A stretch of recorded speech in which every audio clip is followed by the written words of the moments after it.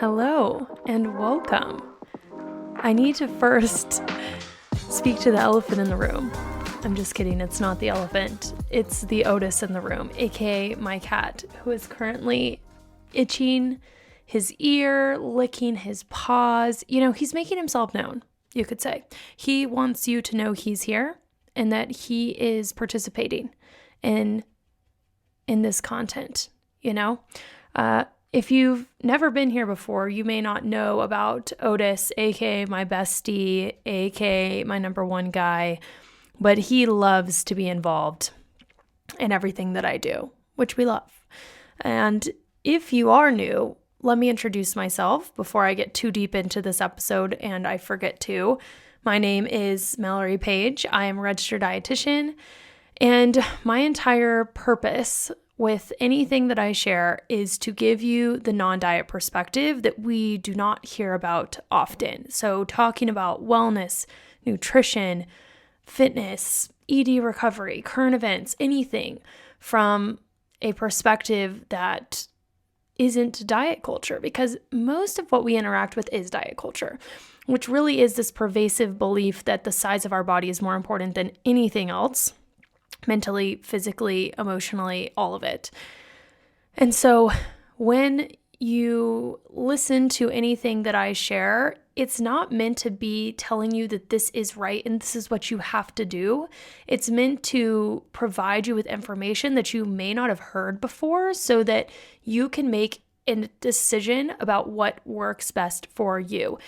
And I really feel that sentiment is extremely important in this episode because I am going to be talking about veganism.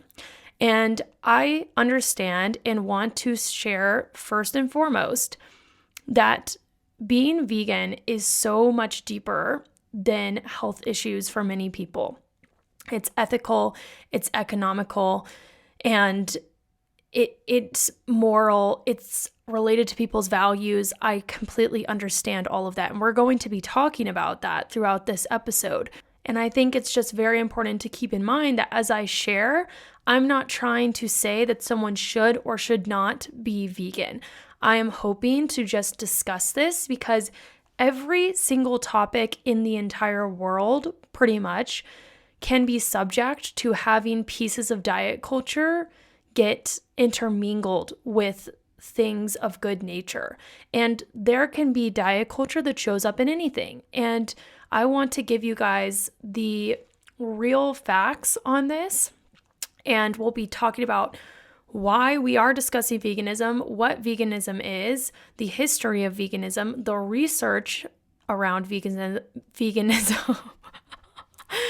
research around veganism, and also how to determine if the way that you're interacting with these things is working best for you. So I just wanted to start off with that little disclaimer before we dive right in. And I'm super excited. I know I already said this, but I feel like in some of my recent content, I have been sharing a lot more on mindset and asking yourself questions. And I've done a few less of these types of deep dives, basically, where I'm discussing a topic like veganism or bodybuilding or whatever it is. And that's definitely going to be something that I'm adding into the next episodes. And as always, if you have suggestions about what you want to see, I would love to hear them from you. Shoot me a DM, send me a comment. There are links to submit episode ideas so that we directly see it. It comes to our email inbox, all of those things I would love.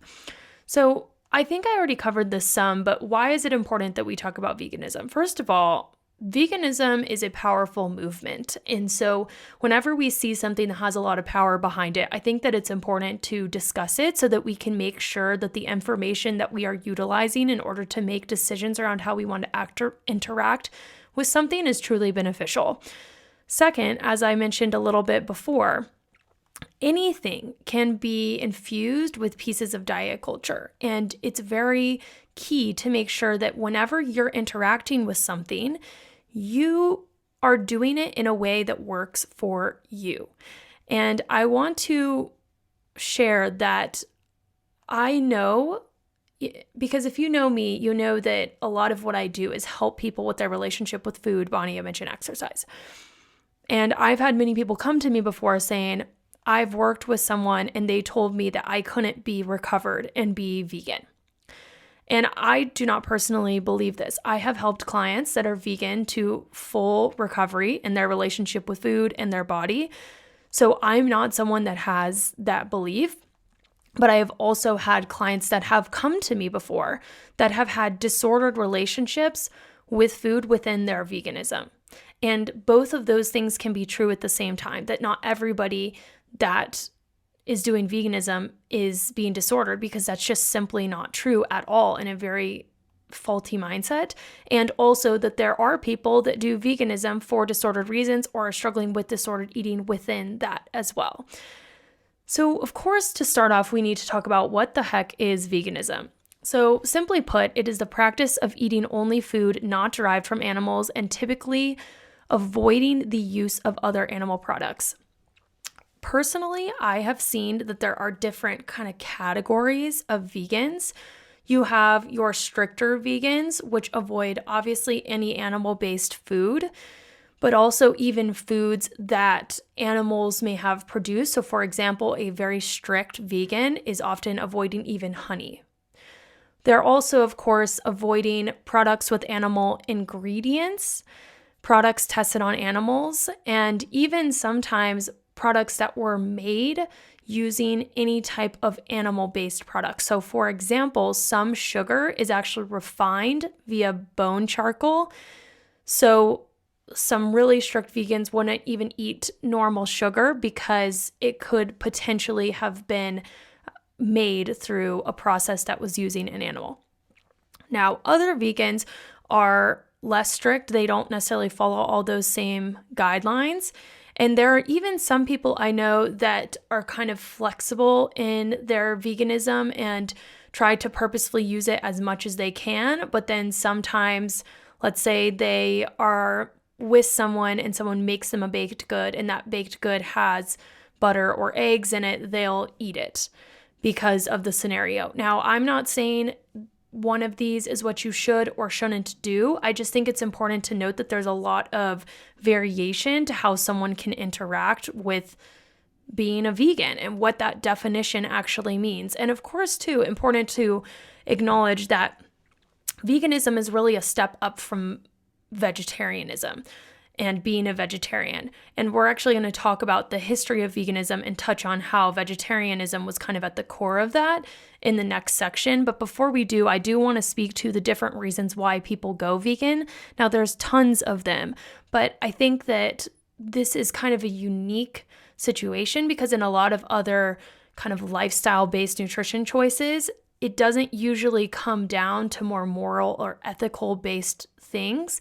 Versus with veganism, oftentimes the moral and ethical reasons are some of the biggest reasons why people interact with it. So number one is obviously animals, just caring a lot about animals' well-being and not wanting to consume animals or just not liking consuming animals, anything along those lines. Number two, the environmental reasons, feeling as if it can be more sustainable to eat more plant-based options and not eat meat.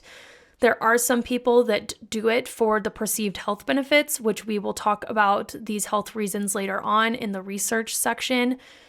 There are people that do it for spiritual or religious beliefs, and there's a number of different ways that that can look depending on the religion, depending on the spiritual beliefs, depending on what that person views as supportive for their mindsets around the food that they eat.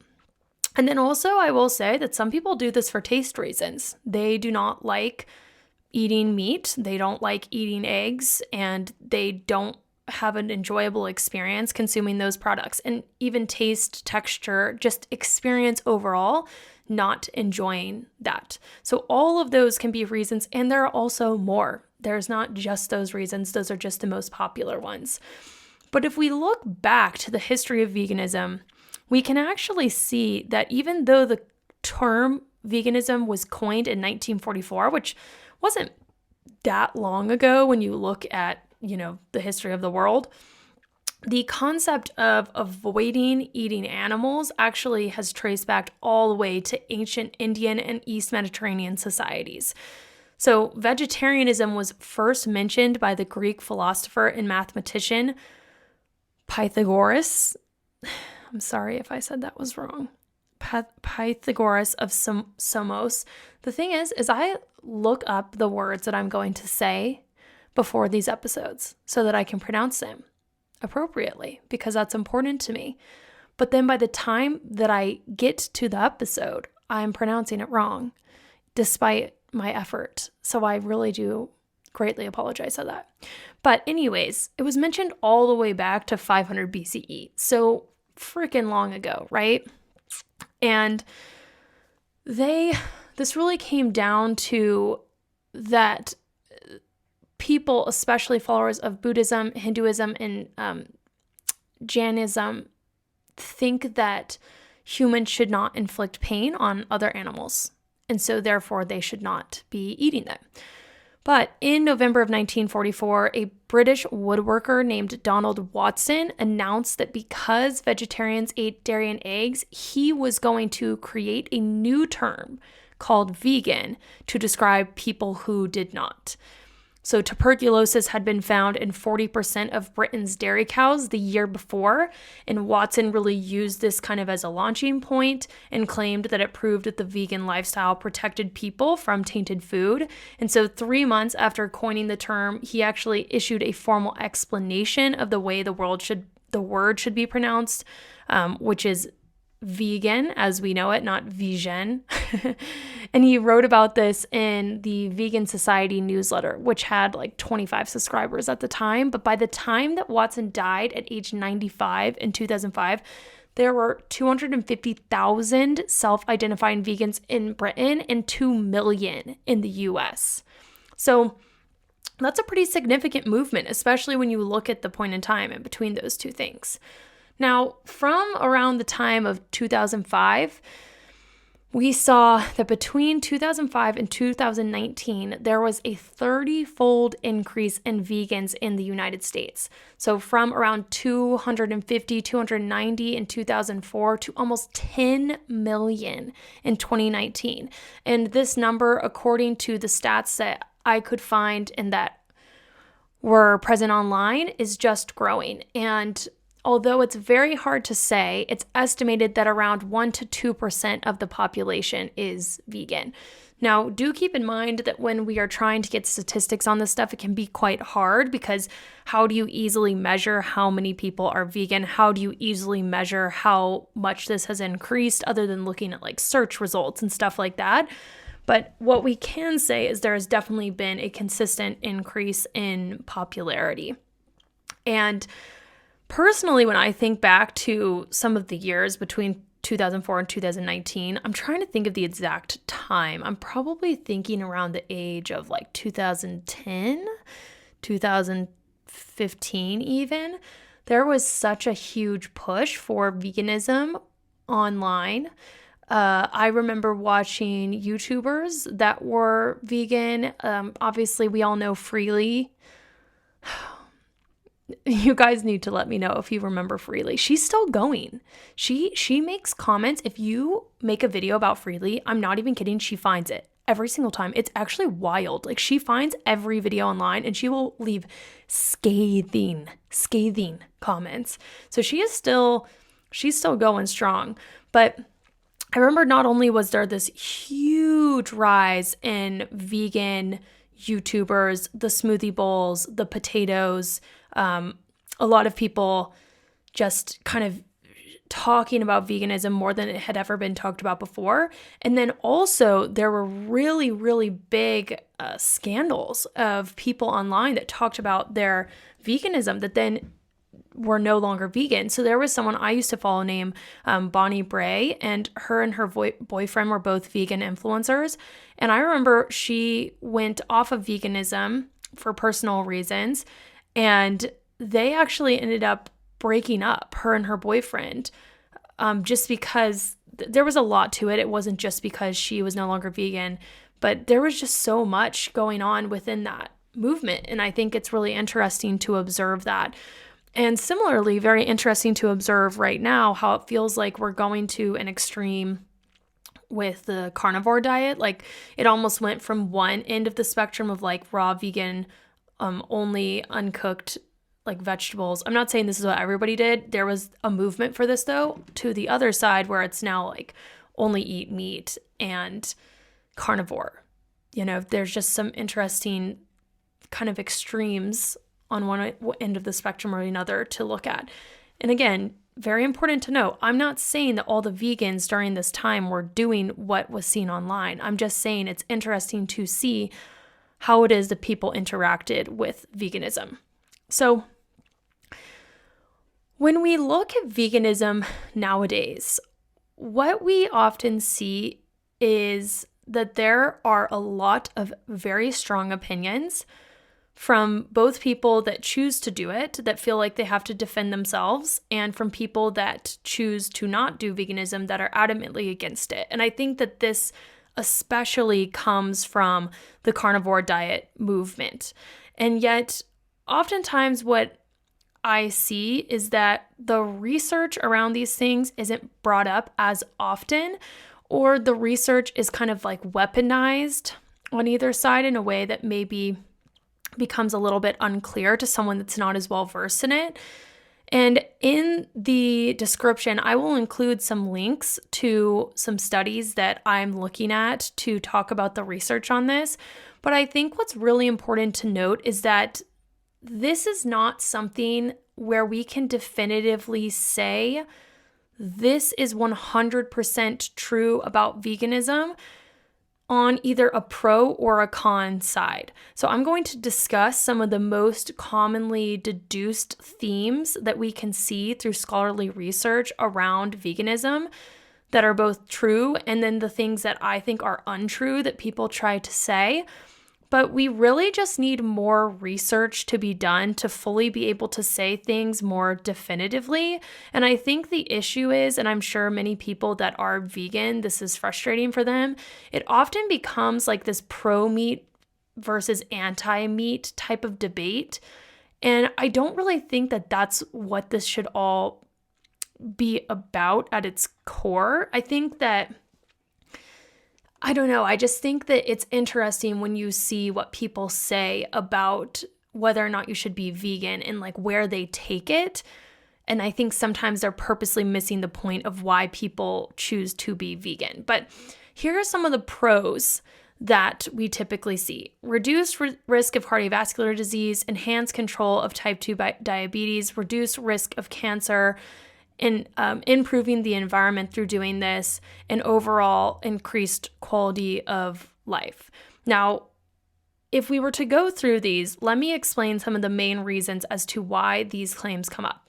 Reduced risk of cardiovascular disease it's mainly said because there's an increase in plant-based sources that you're consuming when you go vegan. So most vegans consume many plants. They also consume a diversity of plants. They also typically have a fair amount of fiber in their diet. And so those things can help with the reduced risk of cardiovascular disease. Enhanced control of type 2 diabetes is for similar reasons, but of course the increased fiber is a very important thing here, because if you increase fiber, this can help with blood sugar management, especially coming from whole grains or plant-based sources. Reduced risk of cancer is also because of increase in plant sources typically. And then being better for the environment, this is an interesting one, but it's mainly because of the fact that there have been studies that have shown that the production of animal-based products, whether it be meat, dairy, eggs, milk, all that type of stuff, they can require a lot of water, a lot of resources. They can produce things that contribute to what we believe is negatively benefiting the environment. Now, all of these things have repeated scholarly articles and research studies that have pointed to these being true. But what I will say is it's very hard to say definitively, and that's why the research in these areas are so hard for both the pros and the cons, because of the fact that the vegan diet has so much variation, right? And I think everyone could imagine how this is true. For some people, it may look like one thing, and for other people, it looks like another thing. And we kind of already pinpointed that with how there's stricter vegans and less strict vegans. But then we can also understand that from the fact that some people are raw vegans and some people rely more on foods that are more of like kind of like a processed type of vegan food. And it's just making note of the fact that there's a lot of variation to the vegan diet. So when you try to go study it, it's very hard. And then even if you were to try to say, okay, we're going to create a case control, like a randomized study, okay, where you take a group of people and you feed them the exact same thing and you randomize it. But how do you make it blind, right? Like, how do you make it so that someone doesn't know that they're eating vegan versus someone that does know they're eating vegan when the food obviously has a certain look to it? And then how do you take out the placebo effect? Like, there's a lot of challenges, and that's part of what makes this stuff hard to pinpoint. So keep that in mind. Also, as we go into the cons. So starting off with the first con, which is nutritional deficiencies. Now, this con is the one that has the most backing behind it, specifically around the vitamin, B12. Now, hear me out on this though. B12 is a very important vitamin for energy production, and it is mainly found in animal-based sources. There are some sources that say you can get this from plant-based sources, but at the least, it's more typically available within animal-based sources. So if you don't eat any animal-based sources, then obviously there is a chance you can become deficient in this. With that being said, it's quite easy to supplement B12. Not only is it not super expensive, it's also readily available in different forms. And interestingly enough, even a lot of people that eat B12 and eat animals or animal-based sources, they can be deficient in B12 just as easily, because just because you eat it doesn't mean you can absorb it, essentially. So some people have to take it sublingually. Some people have to get shots of B12. So it's just something that you can be deficient in multiple ways. And also, if you were to play devil's advocate in this situation, there are definitely a lot of times where other diets that people are trying to like kind of compare veganism to, example, again, the carnivore diet, they also have deficiencies that could very easily present, like being deficient in fiber. So although it is important to be mindful of deficiencies, especially in high-risk populations, just because you're vegan does not mean you will be nutritionally deficient. You just may need to think about it. But arguably, we all need to think about it. And the most important times to think about it are, as I said, in the high-risk populations. You know, pregnant mothers, newborn babies, stuff along those lines. The second thing that's important to address is food access. So here's the thing about food access. This, to me, is an interesting argument as a con because it is just so dependent on the area that you're in. So yes, you could argue that somewhere like Alaska, for example, where the consumption of animal-based products can be quite central in their diet, that may be a harder thing to access in their area, but at the same time, in other areas, this may be much more natural. And so it's hard to say whether or not access is really an issue. I think it's just so dependent from person to person. And I think that ties into the third thing that people often say, which is that it's not as sustainable for the environment.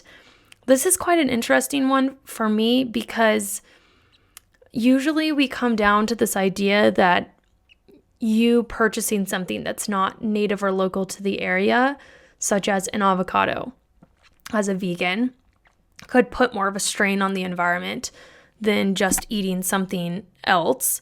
But I think it's very hard to measure that.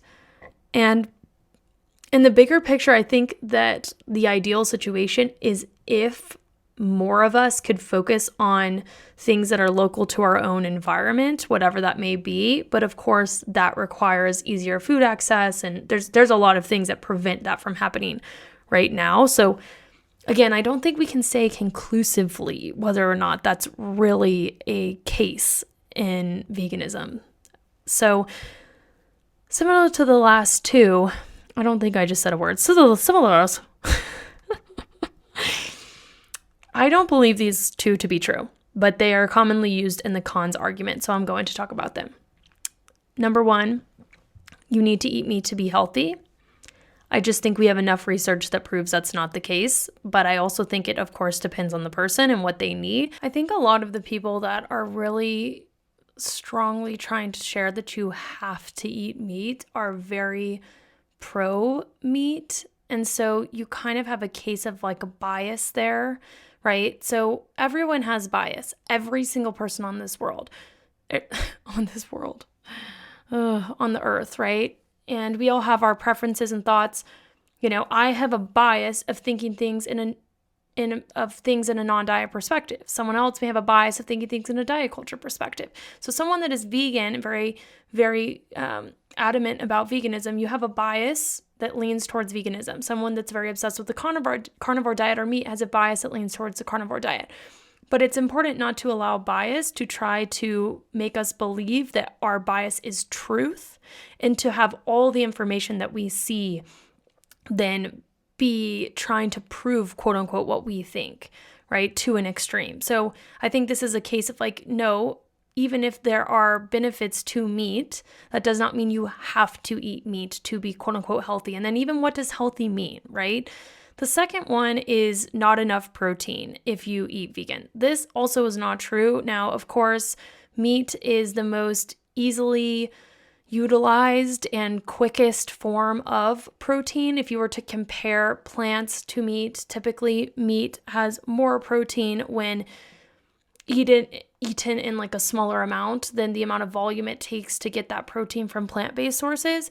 But there are plenty of vegans that can get plenty of protein. And honestly, I think a lot of this comes down to our obsession with protein in society. We really do have an obsession. Protein is very important. It's one of the 3 macronutrients. But that doesn't mean we have to obsess about it to the point that we are right now. So similarly to what I said in the... you guys always get to hear like the random noises going on in my house. It's like, where did it come from? Do I need to get up? Is it fine? Did my animal just jump down from a chair, or is something very wrong? Again, even though there are things that point to the fact that yes, there can be nutritional deficiencies. Yes, there can be times where maybe specific choices are not as sustainable for the environment. Or yes, there can be ways that veganism can be less accessible. That does not mean that those things are inherently true and that therefore veganism should be avoided. So I think that's the hard thing and the good thing about the current research that we have around this topic is that it's just not conclusive, mainly because of everything that I mentioned already, and also because different things work for everybody. That's the thing that's very hard about nutrition research.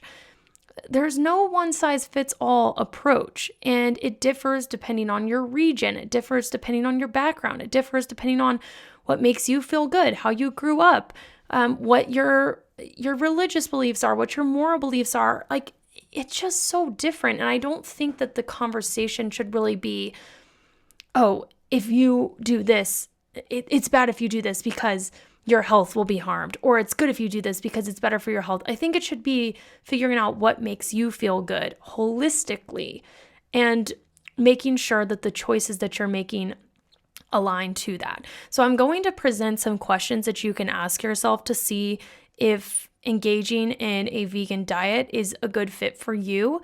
But before I do that, I do just want to briefly touch on the documentaries that come out around veganism.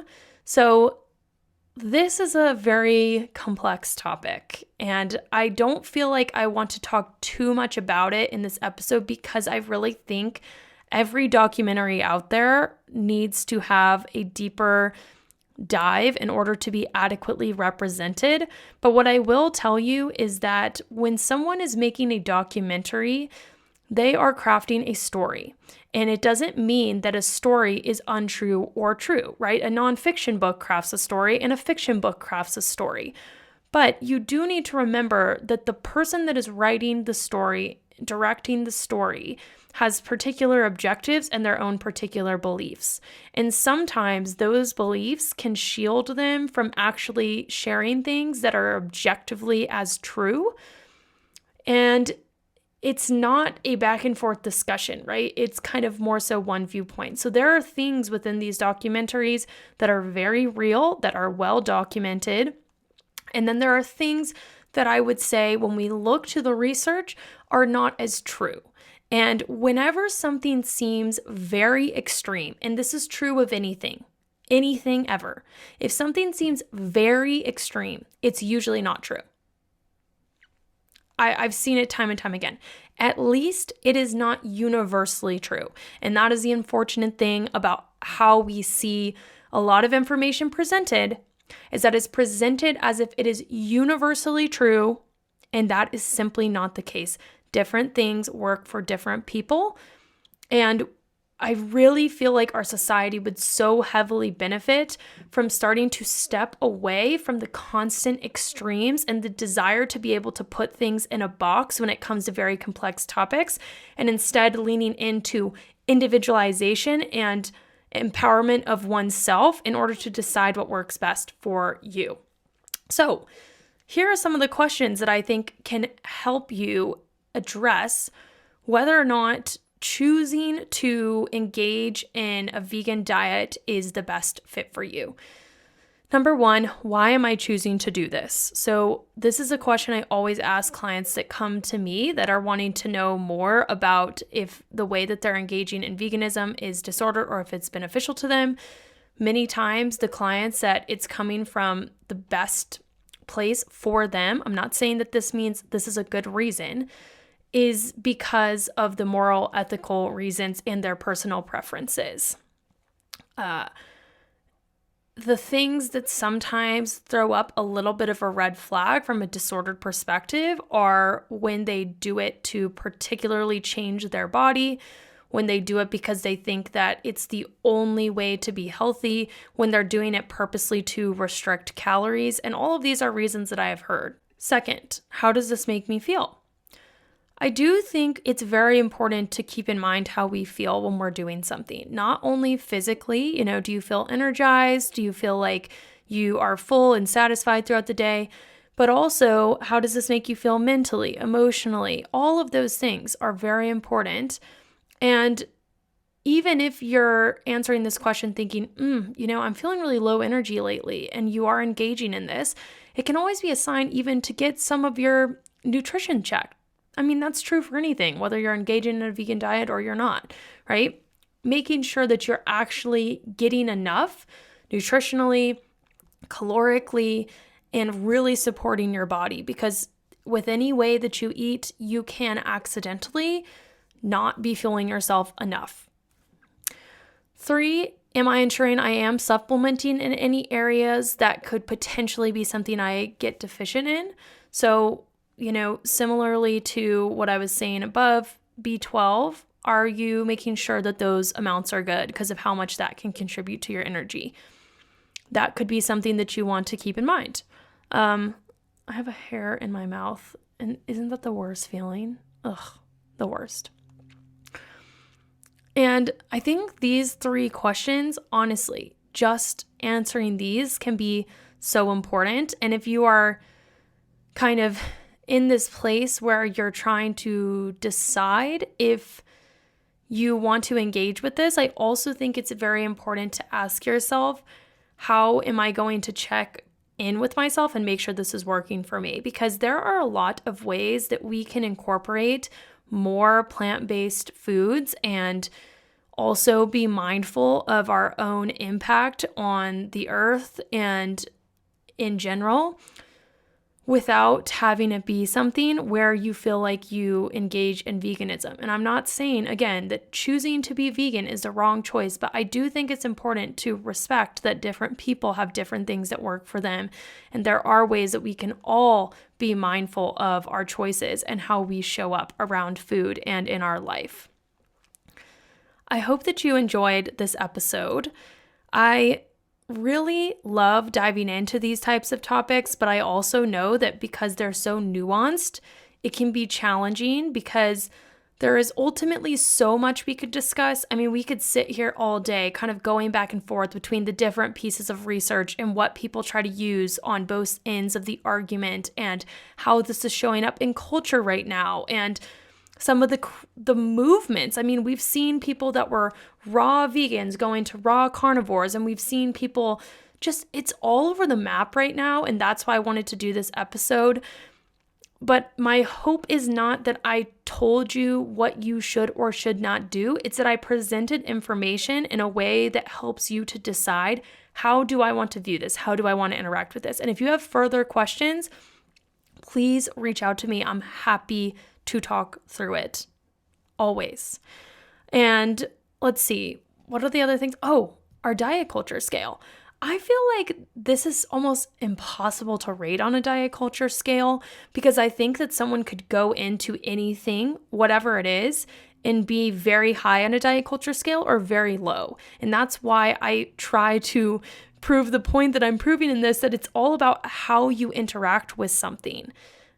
I mean, yeah, some cases that's not true, but a lot of times with these types of things, like a lifestyle choice, it's about how you interact with it and why you're doing it more than anything. So let me know what you think about that.